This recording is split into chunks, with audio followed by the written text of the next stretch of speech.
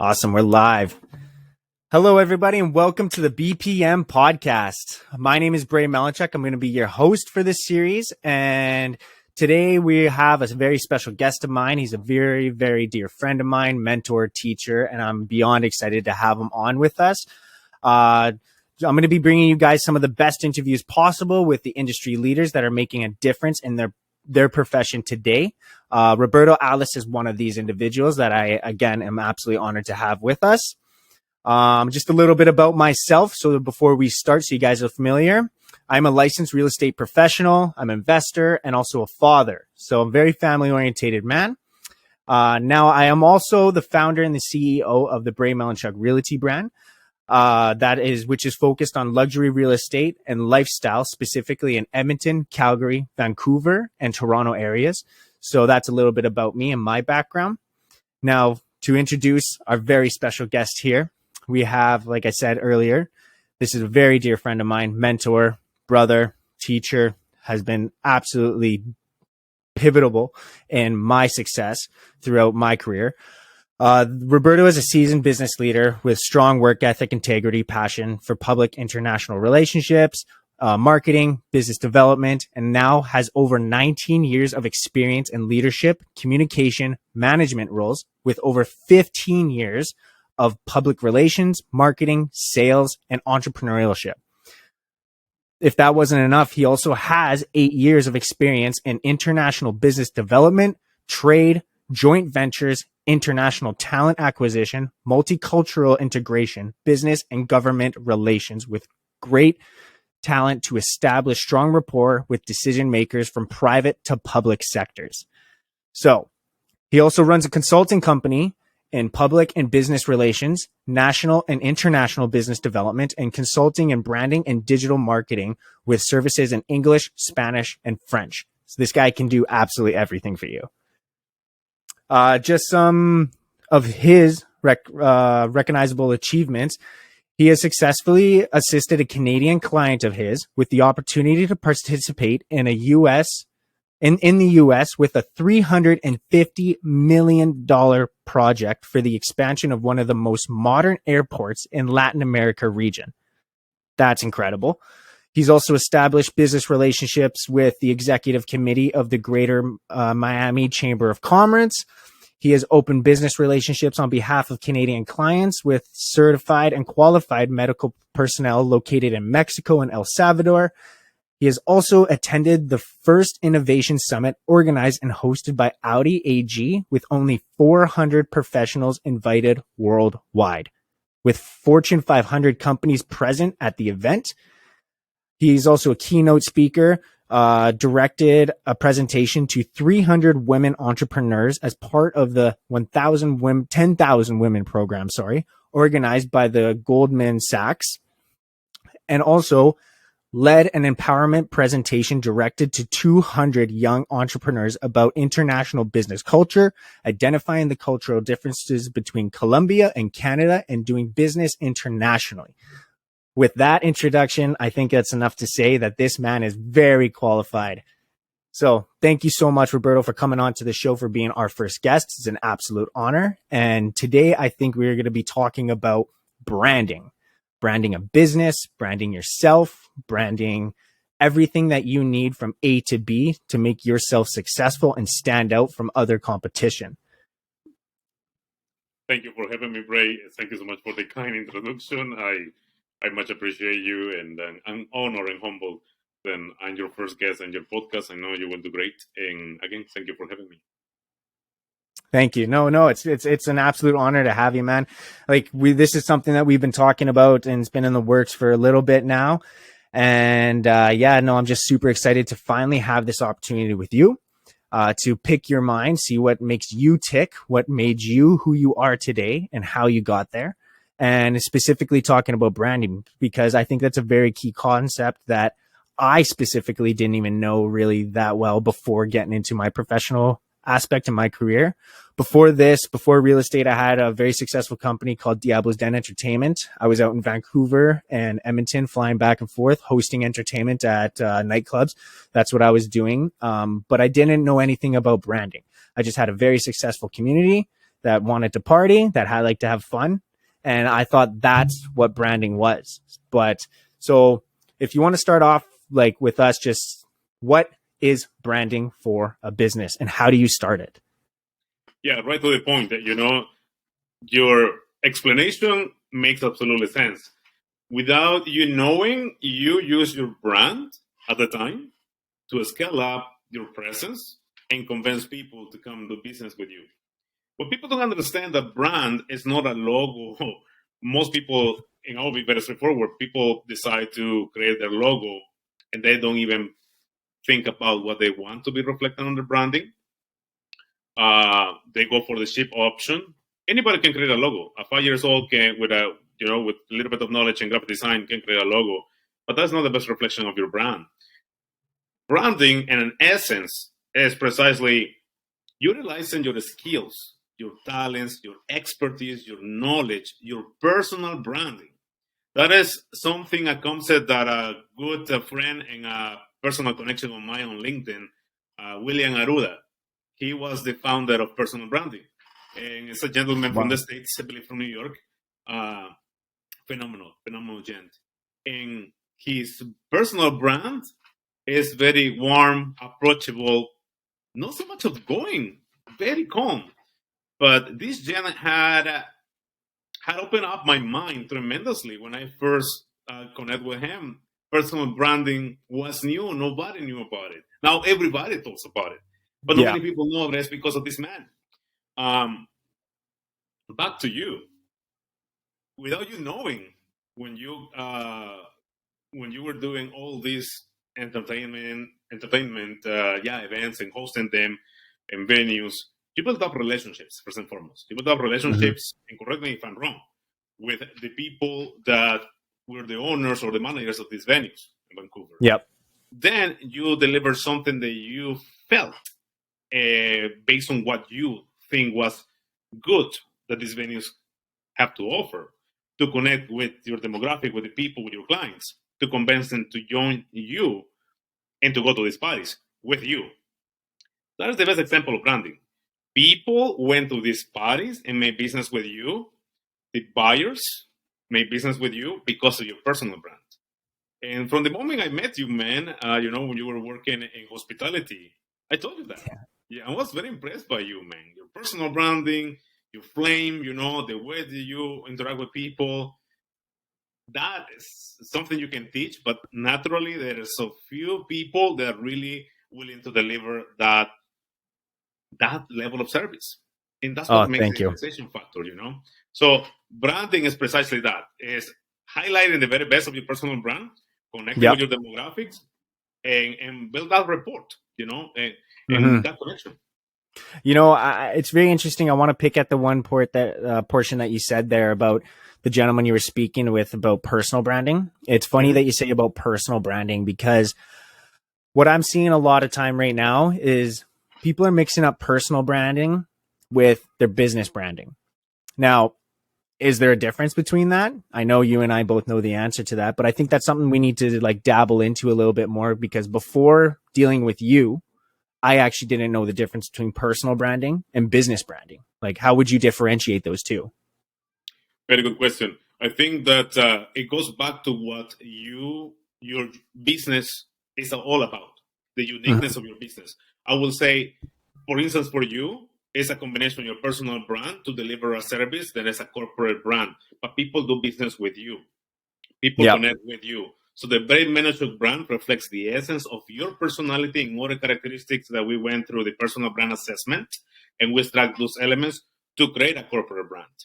Given the services of luxury real estate, for instance, and REIT, I guess it's called, right? The real estate investment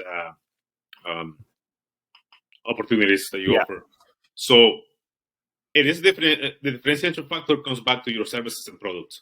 For instance, if you're selling something like a beverage, and you're in the food and beverage manufacturing, of course your personal brand won't get so much into the corporate branding, because people won't be doing business directly with you. It's definitely a corporate entity by itself, which we have then to extract different elements that we will bring together to highlight why that beverage is the best, whether it's a pop or a beer or wine.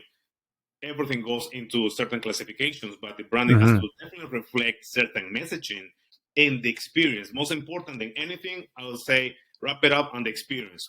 What is the experience that I want people to have from the moment that they perceive my brand? What feelings I want them to perceive? And we combine psychology of colors, the shapes and forms of branding, where is it the products or services. That is something that it has to be taken into consideration. Okay, personal branding, on the other hand, if you are a realtor, if you are somebody like me, that people deal directly with me, that you will be dealing with clients if you offer more like a service. Then I'll say personal branding is crucial if you're going to be dealing with them, because you will be the most important representative of your own brand. Okay, and then you come together. You bring together the elements of your personal branding with your corporate branding. I don't want to make this confusing. Let's example of that, for instance. Yeah, the simplest way I think I can put it too, just because I've recently just learned this. Like I haven't been experienced with this, and I like I said, I recently just learned this like with you, and we'll go more in depth with it right after this and how we developed my brand and my logo and like everything that my brand stands for right now. But I think the personal brand is more of your personal identity, and it shows an example of what your business brand can actually accomplish or achieve.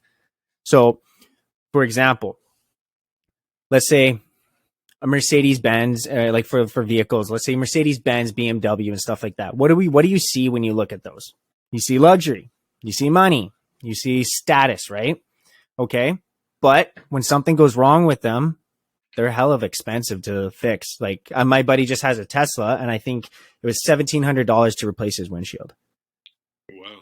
You know, something like that. Like, but if you want something reliable and affordable, you get a Toyota, a Ford, or something else like that. That's where the example of your personal brand comes in relation with your business brand. That's where I think that those differentiate. Absolutely, and other elements as well about branding you have definitely touched well. The example of Mercedes-Benz, for instance, I remember that I didn't like the brand at all. I didn't like it Really? at all. I don't know how people like Mercedes-Benz until I saw a commercial. They actually filming in Toronto, whereas this young guy going to this nice convertible Mercedes-Benz, and the video, imagine this, it showcased the guy on a Saturday. By the way, this is an executive guy, prominent professional, and late 20s, early 30s maybe. And he's telling a story, how Mercedes-Benz chose him. He didn't choose Mercedes-Benz. And the storytelling is important, right? But as I was watching this video, he gets into his car and starting to drive and tell this story how when he was little, how his grandpa used to have a Mercedes-Benz 1960 something, and you can see in the video the car, the convertible, of course, the roof coming down, and then you see the skyline of Toronto downtown. It's so nice and exciting. It's so chill, and it's cool because I've been in Toronto, and you cannot see any day. No, it's totally empty. But that's the case there, right? It's so relaxed. It's driving into downtown. We're like, okay, that is not the case, but I got it, right? Most important thing is that the commercial ends when the guy stopped by, and he's still telling the story about the experience when he was little with his grandpa and this Mercedes-Benz that his grandpa used to own. He said, and he pulls over, he said, I still smell the leather. I still feel the air in my, in my ears or whatever. And he said, I still picture that car. He said, I see it right now. And they showcase just on the side of his, passenger side, this beautiful Mercedes-Benz silver color 1960s. And I go, wow. And he said, that's why I didn't pick up Mercedes. Mercedes choose me or pick me. And then this slogan at the end, right? Boom, the brand on it, closing the ad. Mercedes-Benz, the best of nothing.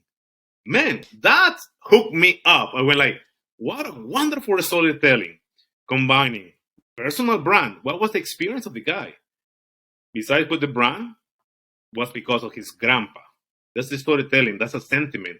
That is the experience delivered from early age for Yeah. this guy. And as a It's just customer incredible acquire, marketing.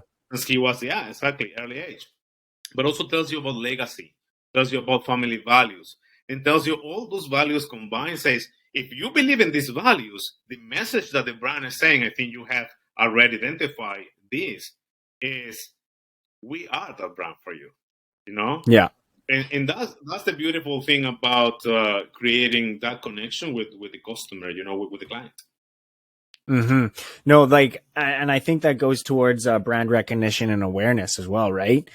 Kind of like understanding to be able to visually see a brand, a logo, or anything like that, and like correlate it with something like you just said, like comfortability, luxury, status, or affordability, or security, something like that. It has an emotional attachment to it, which I think also plays into the marketing aspect, because that just sounds like brilliant marketing to me, because you're kind of creating a generational shift into that, right? Pulling on some emotions like that. It's almost unfair. I know. And to your point, marketing is everything. I've been listening to Absolutely. a lot of, yeah, I'm Well, very, I know marketing is absolutely everything, because like half of my business is just marketing, if not even more than that, like from listing a home to selling the home, the process from listing a home to actually getting it sold, about 85% of that is actually marketing. It's not really dealing with the clients too much. Like once you locked in the client, have them sold to selling the house, or even to go buy a house and stuff, like something like that, it's really marketing that product out to somebody else. And that's what majority of the time is consuming. That's where most of the expenses go. That's where most of your time goes. That's where most of your energy goes. So I think today's day and age, especially for entrepreneurs, marketing is one of the number one key aspects that you need to correlate with into your brand. I've seen a ton of amazing brands out there, like small, like little mom and pop shops, whatever, with zero marketing on them, that have seemed to hit a glass ceiling, because there's just no more opportunity for them to reach out to new or potentially new more clients, right? So I think that's a big one right there. So like I said, like with brand recognition, you can visually see this brand, you know what it's going to be correlating to you. Like for example, like you just said, Mercedes-Benz, luxury. Like that's what I absolutely love about Mercedes-Benz. I personally love Mercedes-Benz, not a BMW guy, but I am personally love Mercedes. But I think a brand awareness is more knowledge that the brand exists, and then brand recognition with in correlation with the awareness is essentially the performance of the brand, or what that brand is capable of. yeah, I think all those elements are important. I think the most important step for somebody that's starting up and doesn't understand much about branding is really making a list. The best example of that, I would say, make a list of Mm-hmm. yourself. Like a SWOT analysis, right? Strengths, weaknesses, opportunities, and threats. But what about yourself? And put all the elements of who you are personally and professionally. Yeah. I like to put this example. For instance, you grab a piece of paper and divide it in two. The left column and a right column. The left column is your soft skills. The right column is the professional experience, knowledge you have, and see what come out of it. Right. That is the first step to really understanding who you truly are. Something else I will definitely advise, to your point earlier. Branding is a constant. It's a work in progress every day. It's constantly, whether you are interacting with the client, or you're meeting over video, or whether you are posting something in social media. Whatever industry you are in, whatever your services or products are, you and the individuals in your team, for that matter, particularly you, need to be on LinkedIn. LinkedIn is the number one platform for business in the world, and it's just growing and growing. The second social media that I personally like is Instagram. Yep. The third one would be Facebook, just because it's a bad necessary, to be honest with you. I personally don't like it, but it's a bad necessary in the way I look at it. But LinkedIn is definitely very important. Why? Because if you're looking to connect with demographics that are decision makers and people with a certain level of access to capital and disposable income, then LinkedIn is the best option to go with. But also creates that credibility about your personal branding. It's so many things to talk about LinkedIn that you can actually tailor in a way that you can, in a way, have your own URL and own your own space on LinkedIn. And you, of course, Brace, will work on that with you. Yep. So you can own that kind of piece of real estate online, which people will allow you and your personal brand. When people Google your name, they will be easy to find you, and also all your expertise is reflected there. So I think that's very important to mention. And move out of the fear that you may have, because if you don't have idea where to start, what matters is that you start. Fear is one of the things that can stop you for real, and don't allow you to even give it a chance to start. Yeah, I think no matter what, just start. I love that you just said that too, because it reminds me of a book I read many, many years ago. And what's it called? I think it's called The Fox, the Boy, the Rabbit, the Horse. And it's a very short book. And one of my favorite lines in that book is the boy and the horse are walking into a dark, dark forest, and the sun's starting to set, and the boy can't see the exit anymore, right? The sun's setting, the forest is starting to get dark. And the boy says to the horse, I can't see an exit anymore. I can't see where we're going. Like essentially saying that we're losing hope. Well, the horse says to the boy, well, can you see your next step? And the boy says, yes. And the horse goes, you start there. That was one of the most powerful things I've ever heard in my life, or I've ever read in my life. And that's been a principle that I've been adopting into my business now ever since, is just start. Especially with business nowadays, you have to have a social media presence. To have a social media presence, you got to be comfortable in front of a camera. You got to be shown outside of your comfort zone. You got to be out there a little bit. For me, I actually am naturally a very shy person, believe it or not. I am a very, very shy person. Once it comes to a big open room of people I don't know, I will watch the room first and then I'll integrate myself. Really? So yeah, 100%. I never considered it shy. I know you are very observant, which is good, but shy, I don't know. Yeah.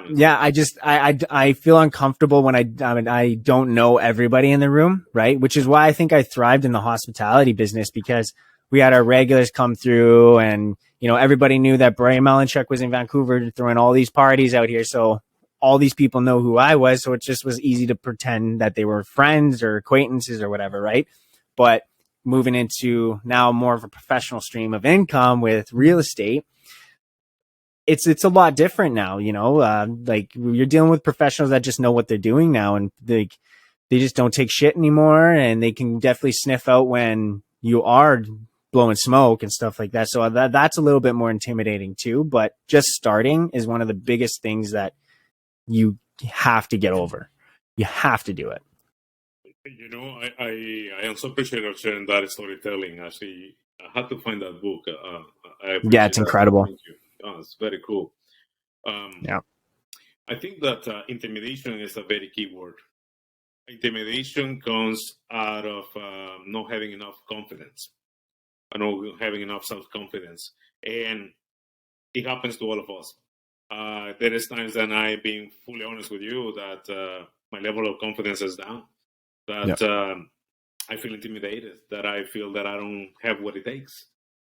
And then I look back when I have been full of confidence and all the things that I have achieved. Confidence, that's what that is. If you wanna a remedy to fear, that would be the answer. Confidence, self-confidence. Develop a level of confidence that you feel unstoppable, literally. And that's a great example to myself, to be honest with you. I reflect upon what I have achieved in the past and all the cool stuff that I had done back in the time when I met you when you were in hospitality. Man, was wow. Traveling internationally 3 or 4 times in a month. Yeah. If you remember at the time. I remember you would come in and you would you would almost be confused at what time of day it was sometimes. And I can use because you literally would just hop off of the plane, come to whatever event we were hosting down there, because we were down at Rogers Place Center there at in Edmonton, Alberta. And I remember some nights I looked at you and I was like, whoa, you don't even know what day it is right now, man. I bet you. Yeah, I remember that, 2018, I traveled to Miami to meet with the Chamber of Commerce and also have a little bit of downtime. And look, actually, at the time I was working with a real estate investor here in Alberta. And I went on a mission to see if there was some opportunities to invest in Miami. And I looked around to some real estate properties. It was very interesting knowledge to acquire for sure. Come back for that trip, and then I have another business trip to Mexico with a client, the medical tourism client. I went with you guys on an event on a Friday night, I believe, Elite Fridays at the time. Man, those were the times that was so much fun. Those were fun, hey? Oh, man. Those were fun. That was great. And the following week, I was traveling to Mexico, so traveled to Mexico, Guadalajara for 1 week. Came back a week later. I traveled to El Salvador, Central America, with the same client, and that was before my birthday, March. I came back, I remember, only for 4 days. Only for 4 days, and I had to travel again with another client internationally to Central America at the time, just because we're two different clients, and I had to come back in order to go in, bring the companionship to this other client. Just for 4 days, I came back, celebrated my birthday, and was down again in Central America for a couple of weeks, and then back again.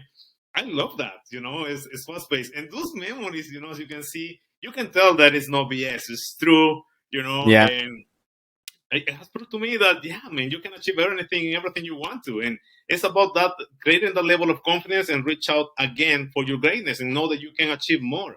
I truly believe in that. And I'm a great example of that, And we are not absent to have our days when we're down, we're up. But what matters is our mindset. Having a mental health as a priority is key. Meditating, be sure that we do whatever it takes, exercising, whatever that is that makes you feel good, and that can increase those levels of confidence, Yeah. No, absolutely. But it kind of brings me over to my next point, and that I really want to pick your brain about is building a respectable brand, but not just any brand, but a brand that's well known and respected. What do you think are the first key steps that you need to take to build a respectable brand? Very good question. It takes time, but most important step number 1 is get rid of the fear to invest time and money. You have to. Yeah. If you want to go with a cheap website, Wix.com, by all means, go for it.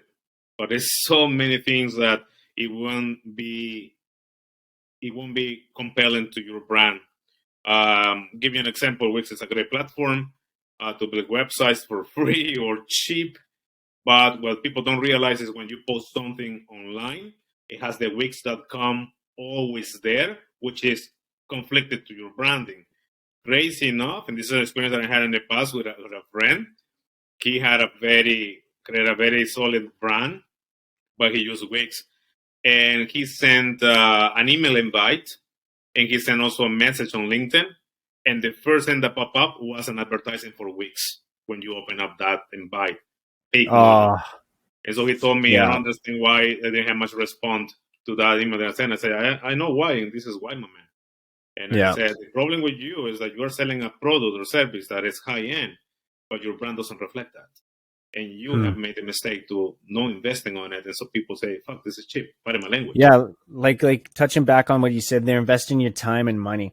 I know right now that's a pretty sensitive topic, especially for what we just went through in these last 2 years. We went through something unprecedented that we most of us haven't even seen in our lifetimes, And so I know it's right now is a really tough place for people to start investing that time and money. But that's actually when I started to go hard at my personal brand and my business brand and everything was in the middle of that, because I knew it was going to be paying out, and it has now fucking tenfolds. So, but I think that's the biggest step that people get scared of.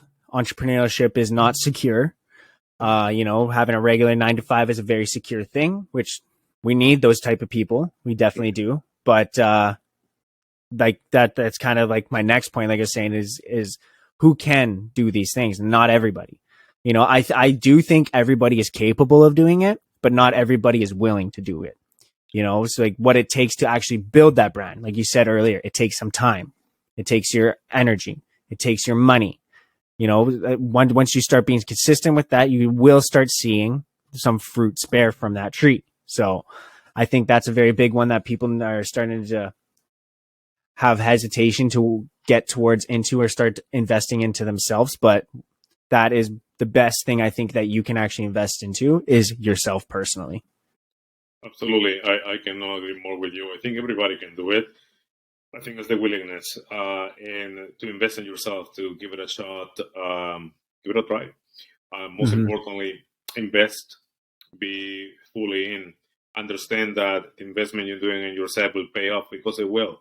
Before we did the consulting in marketing and digital marketing, I shared with you in confidence that when I first started my brand 6 years ago, I didn't have a team with me that I have now. And I hired a marketing company locally here in Alberta. And it was an investment over $5,000 at the time. And I was full-time entrepreneur. And it was hard for me to make that decision. Beautiful enough, within 90 days, I recovered that investment. 90 days. Because you understand that you need a solid brand out there. And that's the investment.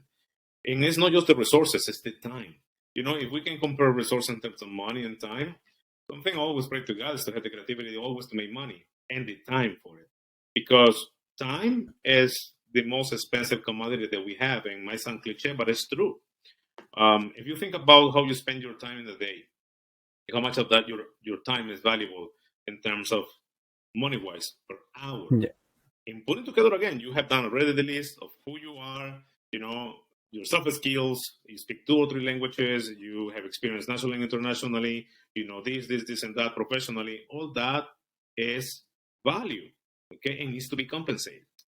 So you think about it, your time in terms of productivity. You think, okay, I spend this much hour of my day doing this. How much I owe to myself in that? How much I'm willing to pay myself knowing what I know? You go $200 an hour, $300 an hour, $500 an hour. There's people been paying $1,000 an hour. Yeah.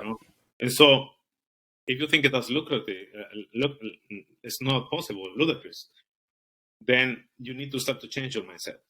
You need to start to understand the value you bring to the table. Why I'm saying all this or where I'm going with all this? It's precisely for you to have an understanding that that's part of the investment you need to do in yourself. It takes time. And you need to create your profile, again, on LinkedIn, on any social media where it showcase who you truly are and the expertise you have. And nobody's perfect, you will fail, you will do things here and there, but you will have also conquered different situations. You will have success also under your belt. And that's a lot of validation to you. Yeah, no, absolutely. I totally agree with that. Like it's a lot of to sacrifice to be self-employed, and to pursue your dream that way. It's easy to, well, no, I would actually not say it's easy to wake up to do the 9 to 5. I would say that's, for me personally, that would be the hardest thing in the world to do. It's just that's not who I'm built to be.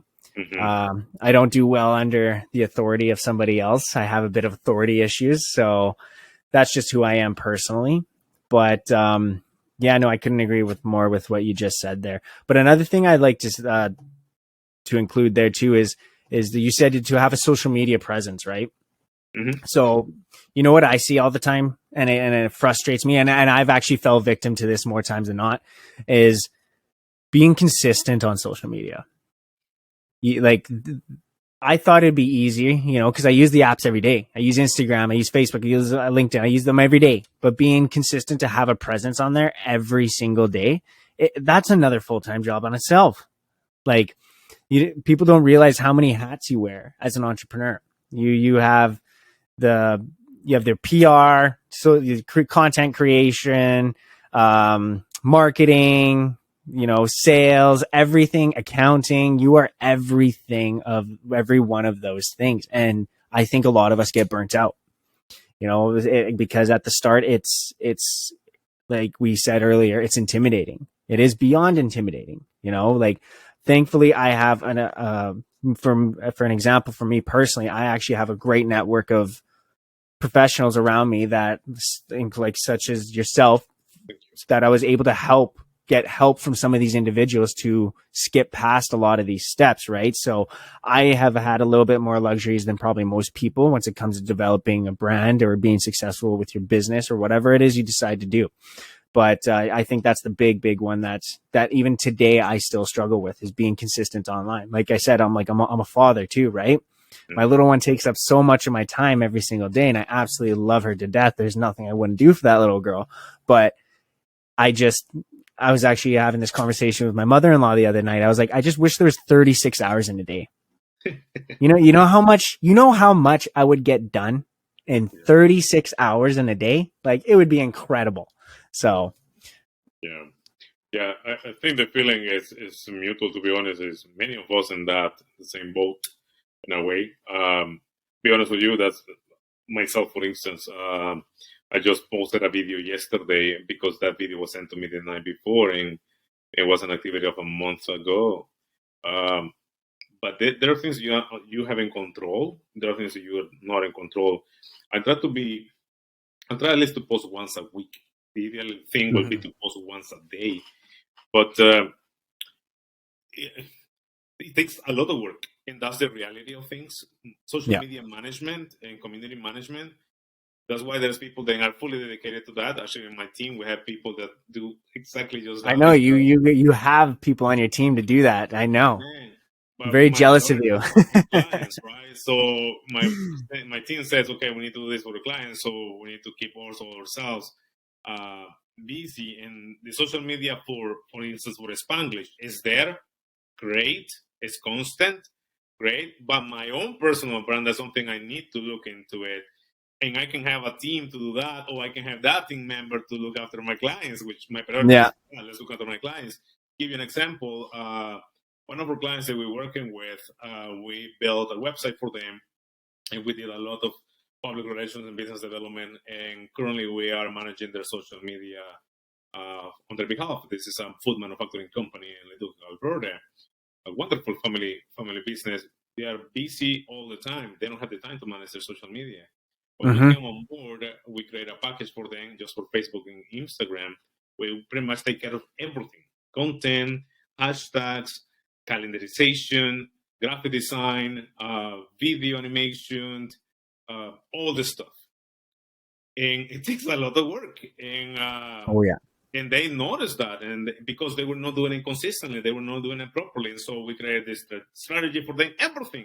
And then go, wow, this is much more than we thought it is in consideration. And definitely it is. And so I think it's important for you to know your limitations, but not because of that get frustrated. Do what you can. I will say, do what you can. What matters is you engage. Because for me is, if I post something out there, what is my intention of my post? What I want to create out of that post? In all honesty, if I want just to share with my community, because there might be something of value, whether people give it a like or not, that's the best approach. You are establishing yourself out there. Every time you post something and you use hashtags, for instance, LinkedIn, the algorithm starts to put you in certain classifications based on the hashtags you use and based on the number of times that you post. Yeah. That helps to your personal brand. That helps to your presence, right? And also you can create your LinkedIn, to give an example, attached to certain hashtags, that every time a hashtag is used, the algorithm will link the hashtag, whether you have used it or not, to your profile, which will allow you to increase your SEO for that platform. And so those are things that are key, right? Be mindful also the hashtags you use. And just to wrap it up, that try your best to be consistent. Busy people like yourself with family, it is definitely hard. And it's something that you need to, in a way, create like a schedule. That's something that helps me. For instance, I go Tuesdays from 10 a.m. The best days to post, for what I recall, I need to look that up, is Tuesdays, Wednesdays, and Thursdays for LinkedIn between 10 a.m. and 1 p.m., I believe. So probably because the most amount of users are on there. Pardon? Probably because the most amount of users are on there at those times, right? Correct. Exactly. And that's the platform. I guess HotSuite has. If you Google on HotSuite, one of the best times to post on LinkedIn, Instagram, any social media, it will show you a chart with the busiest days and times to post. That will be a great guide for you. There's a lot of resources out there for free. But yeah, that can create that will help you to create a calendarization. For instance, no matter how busy you are, Tuesdays or Thursday, for instance, for me is I need to post something. If I don't have any post on that Tuesday, what it is, I go, okay, Thursday comes, I need to prepare between now and tomorrow, Wednesday, to have a post ready for Tuesday. And yeah, that definitely helps. Also, using Meta, of course, as you know, Meta allows you to schedule your posts in advance, having a calendarization with a consistent content. It can definitely make things easier, which will allow you to post in advance, and I use Meta a lot too as well. I actually use Meta. What is it? Business Meta, I think it's called, or whatever. What is it called? That section. Business Meta. I use that. Don't want to give too many of my industry secrets away. I use that as one of my main forms of advertising. Yeah. So, actually, I remember the first week I got my license. One of the things is I actually ran a Facebook advertisement, and it was basically, not to give too many details for anybody else watching this out there, but homes in Edmonton under $500,000. Here's the list right now, updated every 5 seconds. I put it right here, right now, because I wanted those clients right then and right there. In 1 week, I had reached, over 3,000 people in 1 week. But what's even more impressive than that is I had 900 contact informations for clients. I had over 900. That's only, right. So that, for me, I found that was my niche. I was good at marketing, and I was good at advertising. That's what I was good at. I knew how to grasp somebody's attention, hook them in, and bring them in towards me. But going back to the point that you just said earlier, is with your client there, you're managing their social media aspects now, right? I knew that there were some key elements that I lacked with essentially my brand, which is why, as the audience probably doesn't know this actually right now, but you were the one that actually helped develop my brand, my logo, my slogan, my color schemes, everything. It was you and your team, which have done an absolutely amazing job. I even have veteran real estate agents come out to me and be like, "Hey, like, your website, your everything, it's top notch, man." Like they've seen, they're like, "How long have you been in the industry? Like, you must have been like 10 years. How old are you?" I'm like, No, I'm still considered pretty new, I guess, but it's just the presence that I have now, right? And it was because I went out and I hired the right people to do the right job. That's all it took, because that's where I personally lacked. So I think that's another big key concept of like your brand as well, is like knowing what your strengths are and catering to that, and knowing what your weaknesses are. And like, I hate to say it, but kind of pawn those off, or have somebody else, pay somebody else to do those jobs that they have strengths in.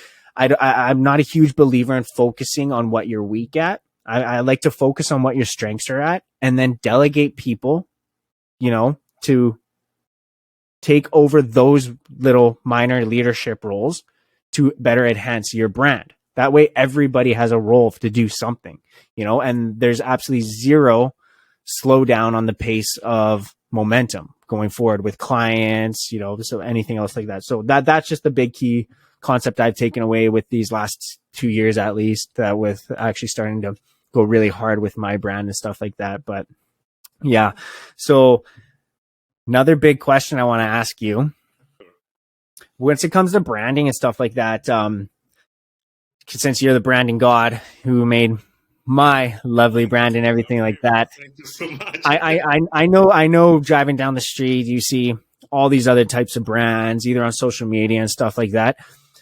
For the audience right now, what is the biggest and most frequent mistake you are seeing with brand new brands? People who want to step out into that area, who want to be noticed, who want to have clients walk through that door within a couple weeks like that.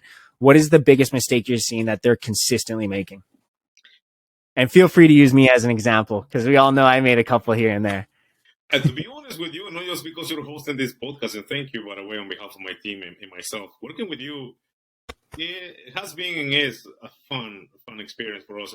As I was mentioning in private to you before, your brand is one of the most excellent brands that we are so proud to have under our catalog. Honestly, because working with you makes it so much easier because you had a vision, you understand the value of investing in your own branding and how important that is for you to get results. Period. Mm-hmm. It doesn't have to be complicated, but it has to be meaningful. And that's what people don't understand. We are bombarded a lot with advertising more than we think. I don't know right now out of my head the number of ads and brands that we see per minute, where you're driving, looking something on YouTube, scrolling down something in Google, ads. All the time. You look for something in real estate, all the time will appear an ad about real estate. You look for something specific you're looking for, it will be an ad for that. And so all of a sudden, you're wondering why I feel so tired and stressed at the end of the day. Why? Every day? Because of that. Our subconscious absorbs so much of this information is so heavy on us. And what creates in our subconscious is boring. That's what people need to understand.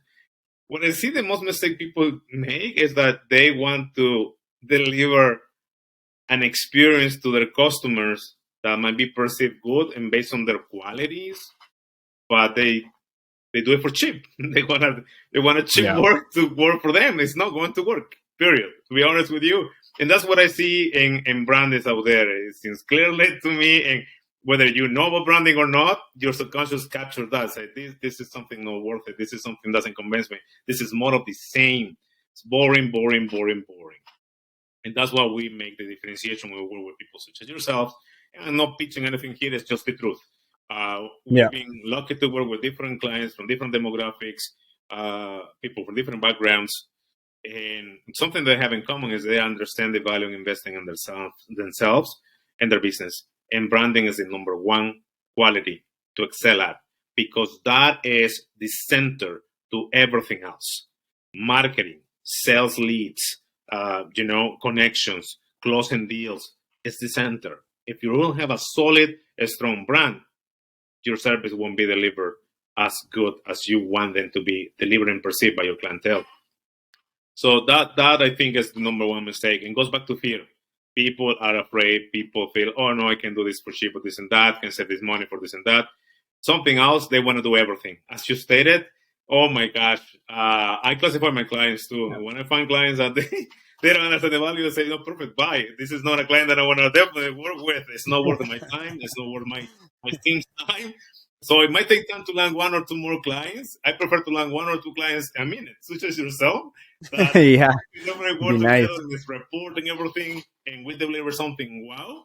They work with a client that always, maybe I can learn to do graphic design. I had done graphic design by myself. What the F? Like, you are an engineer, and now you're a graphic designer? Like, show me some of the work you have done, and show me something that a 3 or 4 years old can do. I go, well, good luck to you. See ya. My Just graphic design skills for my price, because it means like I have to deal with a mess if I ever decide to work with you. And that's the reality of things. I go, people appreciate the time. They prefer to waste time trying to figure out something when in the end they have to still hire somebody to do the work for them. And if that someone is somebody like us, for instance, I'm telling you, man, we will double or triple our price just because of the type of individual you have to deal with and the mess you have to clean up. Because that's something else. If you start with a brand that is not excellent in anything, and you want to fix it 5 years later, man, it's a lot of cleanup to do. And so, no, I actually like that. That's another thing too, is you can do hindrance to your brand too by accepting every single client. Like one thing I learned too, like just this past summer is I've had to turn a couple clients away. Believe it or not, like I've had to be like, you know what, it's just not going to work. My brand standard and my brand identity just isn't going to be complementing exactly what you need or want. And I don't think it's going to be beneficial for either of us. So that's another big thing that I had to learn is to actually say no to clients. And then it was a very, very tough and weird thing for me to do, because for anybody who's an entrepreneur or works for themselves, they know, like, as soon as you say no, like, that's a commission check out the door, you know, like you're never going to see that person again, pretty much. So, but that's another thing. Like, I value my brand more than I value a commission check, because I know in the long run, my brand will outpay any commission check that walks through that door. You know, so, and my brand is super versatile. Like, my brand is also a lifestyle. It's also my personal brand, is business, but they're all tied in together as one. Now people know me as my logo. They see my logo and they're like, Bray Melnychuk right there. I know who that guy is. Yeah. Oh, that's the real estate guy. Yeah. That's Bray Melnychuk right there. Yeah. So I think that's a key concept for me, is to actually uphold my brand standard. So, and it was like, trust me, it was one of the tough things and the weirdest things. I even turned to my wife, like, the one time when I got home from work, she's like, "Oh, so how did it go?" And I was like, "Yeah, no, I fired my client."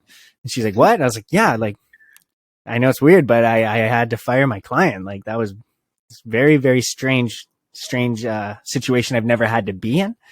But I know at the end of the day, it was the best decision I made for myself, my brand, and also for that client as well, because I don't want to be giving services to anybody else that I can't elevate their experience to the best that it can possibly be. So, which just goes back to my brand standard and my brand motto, an elevated experience. You see it on my business cards, my website, on all my social media platforms, everything. An elevated experience is what you get with the Bray Melnychuk Realty brand. So if I can't service that, we're not going to be going forward. No, I absolutely love it. That is something that is still from time to time comes to me, because in all honesty, when you're a full-time entrepreneur, it doesn't reality of things. And I want to mention this for the audience, because I don't want in any way, shape, or form that sounds like we are cocky. You know, we was talking BS. No, it's fucking hard. Pardon my language, but it is what it is. It is very hard. And you have bills to pay, and you have to figure out a way to make money, to make that cash flow coming. And of course, you let a client go. You go, man, right? That is a couple $1,000 hidden there. But then also you come up with the realization is that many times clients subconsciously or consciously take advantage of you when you deliver yourself below of what you are worth. And that is something I learned from the get-go. Not everybody's your client. When I ask my clients, who's your demographic, they say everyone. Oh, man. You have so much to learn, honestly. And I go, yeah, we're working together. I will charge a very good premium. And this is the reason why. If you don't understand that, go for it. 1 year or 2 years later, I ask them, what is your demographic? And they have a more clear idea. Say, oh, my demographic is, women and men between this and that. And say, oh, you learn. And say, oh, you have no idea. So you were right. And it's not being cocky, but it's the truth. Why this is important? And I want people to understand. Your time is valuable. And as a full-time entrepreneur, you need to understand that cash, of course, is important. But you need to deliver a service where you are confident that the value you bring on is much higher. I try always to deliver service, under promise and over deliver. That's always, I love that saying, under promise and over deliver. I absolutely love that saying. I say that to actually majority of my clients anyways. Yeah. And why it's important is because that doesn't mean that I will be charging myself or selling myself cheaper than when I'm worth it. No, it's that my client believes in me and supports me financially. It is my responsibility and my team to deliver something of great quality and even beyond that, really wow them. And that's the differentiation of the type of client that I want to work with. If you want to work with cheap clients, go to Fiverr. Go to other outlets. There's plenty out there. But believe in me, you will receive what you pay for. And so understanding that also, whatever your service is, if you offer something of value, great. If you need some experience and you don't feel fully confident, let's say you want to charge, just to give an example, $50 an hour for do X or Y amount of work. Great, start there. Yeah. As soon as you have the third client that pays you that, elevate that to 60. As soon as you have the third client that pays you that, elevate that to 70. And that is a way for you to build up that confidence, but don't settle for less. And also, if a client is a pain where, and you can afford to avoid that client, do it. Because the mental health you will be saving to yourself and that energy you will put into that client might take you 1 week or 2 weeks, maybe 3, even 4 weeks before you land in the ideal client.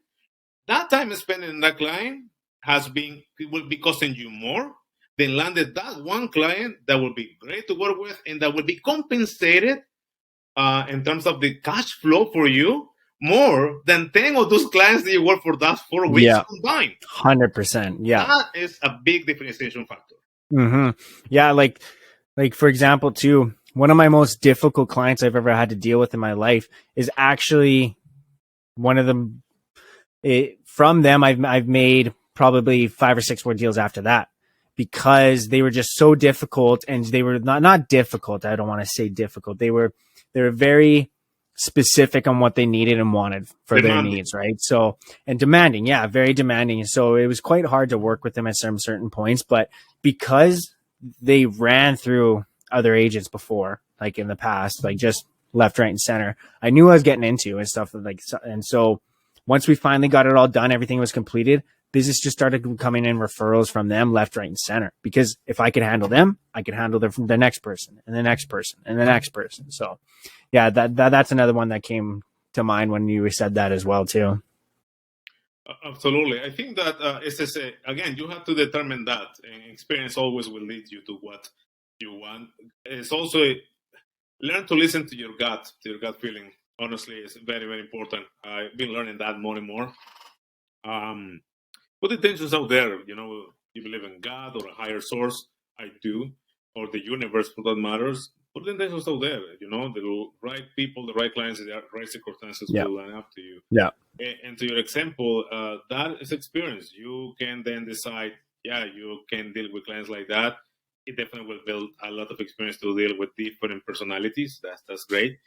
But I think that also standing up for yourself is important. There's an example of a client earlier this year that I needed the money, to be honest with you. I needed that client, but he wanted to play a stupid games, which I'm not charging him for at the time. And I went, no. And so I said to myself, you know what? My dignity is more important than this. And I say, F it. So I sent him a void invoice of the invoice. I was waiting to pay for 2 weeks.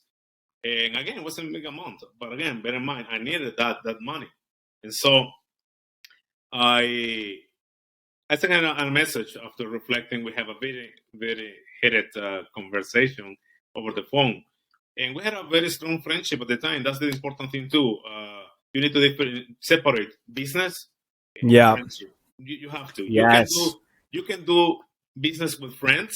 Yes, it's easier to do business with friends than with family, in my view. And also locally, I had done business as well with people that I haven't met before, and then we become friends. I guess that's the most important thing: do business first and develop a friendship. Whatever the relationship is, your dignity is important. And if you think that the client is not respecting you and your dignity, let it go. And that's what ended up happening. I said, you know what? Politely, respectfully, I sent him an email. And I said, the invoice is canceled. It's void. Don't worry about it. And best of luck with your project. And because I know he wouldn't deliver the services at the same scale that I was going to, I was very confident to let it go. And unfortunately, to his ego, he didn't realize his mistake, but he's lost. To be honest, one of the best decisions I ever made. And I feel so good about it. The week later, there was an opportunity that came with the double of what I was expected to receive from this client. More smoother and nicer. And that shows me that when you make a decision on your own and you really believe in yourself and respect yourself, you always would attract the very best to you. 100%. Yeah. Like always bet on yourself, man. That's the way I always think of it. You want to make a safe bet on yourself. 100%. Absolutely. So, but awesome, Roberto. I think that's all the time that we have for this interview right now. Again, I just want to thank you so much for coming on. I know it was a little bit of short notice with you, but you have been an absolute awesome guest to be here. I absolutely adore our friendship and your mentorship towards me. Thank you for coming on, and thank you, family, for everybody here that has joined us during this podcast. Hopefully that you guys have had some insight on what it's like to actually brand yourself, how to brand yourself, and some of the things to take away for branding. Make sure to hit us up on Facebook, Instagram, and LinkedIn. That is Bray Melnychuk for Facebook and Instagram, and Bray.Melnychuk for Instagram, sorry. And Roberto, if you want to shout out your social, where to get contact information for you, for your services, I think they would like that. Absolutely. Thank you so much, Bray. It has been great being with you guys, with you and with everybody today. Thank you so much. Lots of fun. Thank you. As always. You can reach out to me directly on LinkedIn. That's the number one platform that I use to connect professionally. You just Google Roberto Alas. Type Roberto Alas as LinkedIn. Roberto Alas, R-O-B as above, E-R-T-O. The last name is A-L-A-S. You can also find me on the Roberto Alas 1 on Instagram. And for Spanglish, it's Spanglish.online for digital marketing agency. And again, LinkedIn is the number one platform. If you want to reach out there, please do so. Perfect. Awesome. Thank you, everybody. Take care, and we will see you again in 2 weeks' time with our next guest. Take care, guys.